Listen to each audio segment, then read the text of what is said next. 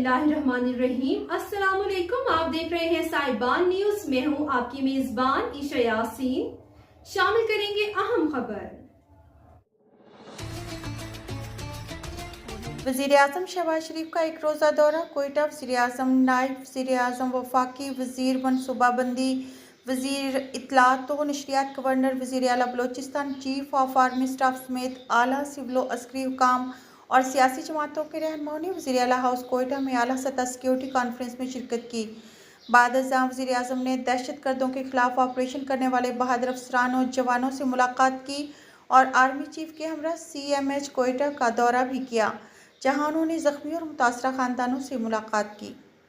अब तक के लिए इतना ही। मजीद खबरों और अपडेट्स के लिए देखते रहें साहिबान न्यूज। हमारे चैनल को लाइक, शेयर और सब्सक्राइब करें। जुड़े रहें हमारे साथ और देखते रहें साहिबान न्यूज।